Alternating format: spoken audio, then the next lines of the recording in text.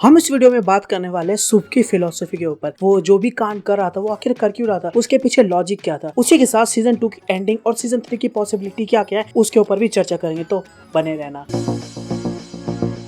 शुभ की फिलोसफी जानने से पहले उसका कैरेक्टर कैसा था ये जानना बहुत जरूरी है। शुभ का IQ बहुत ज्यादा हाई था और उसका EQ बहुत ज्यादा लो। EQ माने इमोशनल क्वेश्चन। इसका मतलब ये है कि शुभ प्रॉब्लम्स को बहुत जल्दी सॉल्व कर लेता है और लॉजिक को बहुत जल्दी समझ लेता है, परंतु वो किसी की भावनाओं को नहीं समझ सकता। कोई भी अगर दूसरा बंदा इमोशन दिखा रहा है तो वो उसके लिए इलॉजिकल चीज है। इस कंडीशन के साथ जब उसके पिताजी उसको बार बार असुर कहा करते थे, उसे मारते थे, इतना पीटते थे, उसके मन में भी थोड़ी क्यूरियोसिटी उठी कि मेरे पिताजी मुझे बार बार असुर क्यों कहते हैं। नॉर्मली जो भी हमारी कहानियां लिखी गई हैं, जो पुराणों में लिखी गई हैं, वो किसी भी एम्बिग्युइटी को लेके नहीं लिखी गई है। उसमें बहुत स्पष्ट है कि अच्छाई क्या है, बुराई क्या है। उसके अंदर जितने भी रास्ते अपनाए जाते हैं सिर्फ एक चीज के लिए कि अच्छाई की जीत हो, सच्चाई की जीत हो, और भले ही वो कोई भी युग हो, सतयुग, द्वापर युग, त्रेता युग और या फिर कलयुग। अब शुभ ने जब इसे पढ़ना स्टार्ट करा तो वो नेचुरली असुरों से ज्यादा प्रभावित हुआ और उसने पढ़ने के बाद ये दो चीज नोटिस करी। पहली ये कि असुरों से जीतने के लिए देवता किसी भी तरीके का इस्तेमाल कर सकते थे, भले वो छल हो या कपट। इसमें उसको थोड़ी अजीब बात लगी। दूसरी ये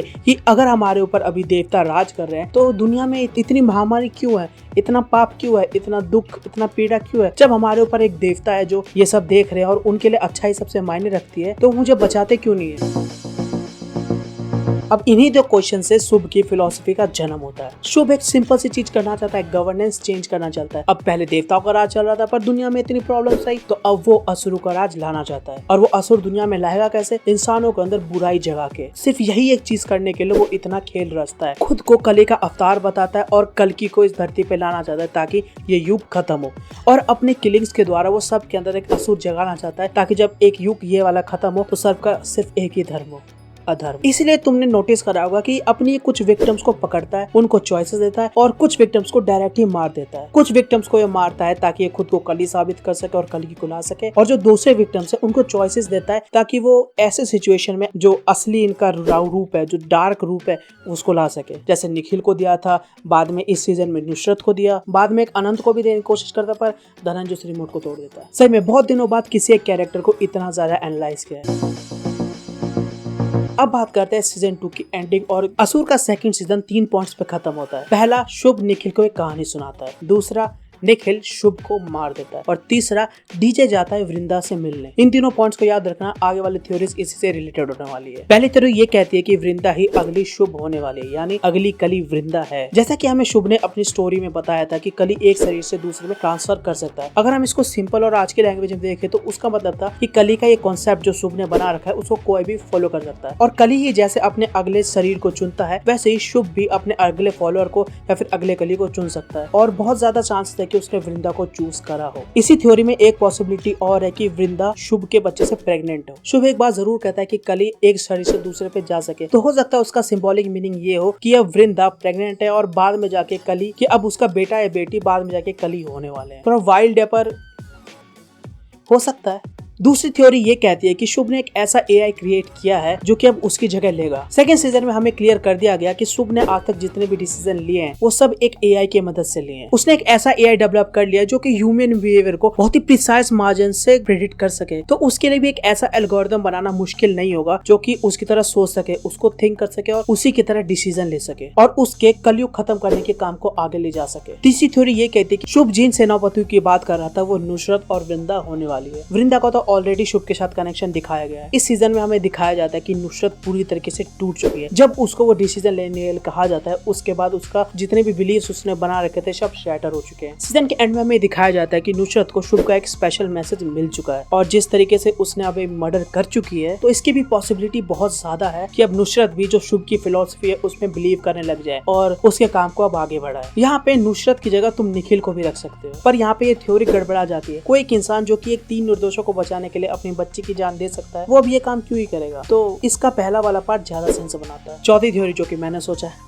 तुम्हें याद ही होगा शुभ की कहानी का एंड कैसे होता है। जब कल्कि भगवान और यमराज जी ने कली का अंत कर दिया था फिर भी यमराज जी को शांति नहीं मिलती, तो वो जाकर कली के पूरे खानदान का विनाश कर देते हैं। लेकिन उनको नहीं पता था कि कली अपना शरीर बदल चुका है। एंड सीन में हमें दिखाया जाता है कि जब वो ये कहानी सुना रहा है तो डीजे जाके वृंदा से मिलने जा रहा है। हमने पूरी सीरीज में डीजे का ये बदलता रूप नोटिस किया होगा कि वो अब ग्रे एरिया में आने लगा है। है। अब वो दुश्मन को भी मारने से हिचकिचाता नहीं है, एक नहीं 2-3 बार ऐसा कर चुका है। तो अगर तुम सिंबॉलिक रिप्रेजेंटेशन पे जाओगे, यहाँ पे डीजे और यमराज भगवान में थोड़ी सिमिलैरिटी दिखती है। तो मेरा कहना यहाँ पे ये है कि आखिरी सीन में डीजे वृंदा से मिलने नहीं जा रहा होता, उसको मारने जा रहा होता है, ताकि शुभ से रिलेटेड जितने भी लोग हैं वो जिंदा ही ना बचे। वहाँ पे निखिल ने शुभ को खत्म कर दिया, अब यहाँ पे डीजे वृंदा को खत्म कर देता। तुम्हें कौन सी थ्योरी ज्यादा लॉजिकल लगती है और किसकी पॉसिबिलिटी बहुत ज्यादा लगती है, नीचे कमेंट्स में बताओ। और लगे हाथ तो चैनल को सब्सक्राइब भी कर लेना, दोनों पास पास ही है।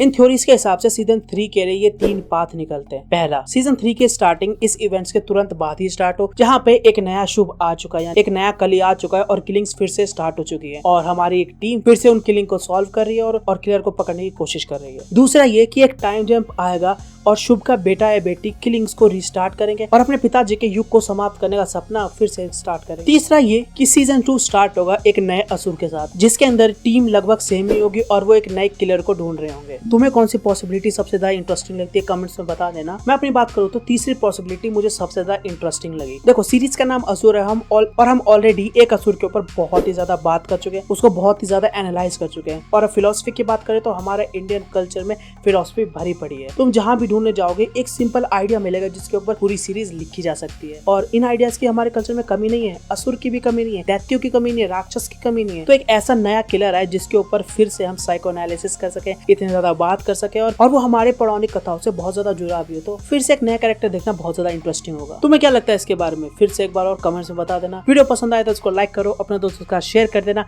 और अगर चैनल पे नए हो तो प्लीज सब्सक्राइब करके जरूर जाना।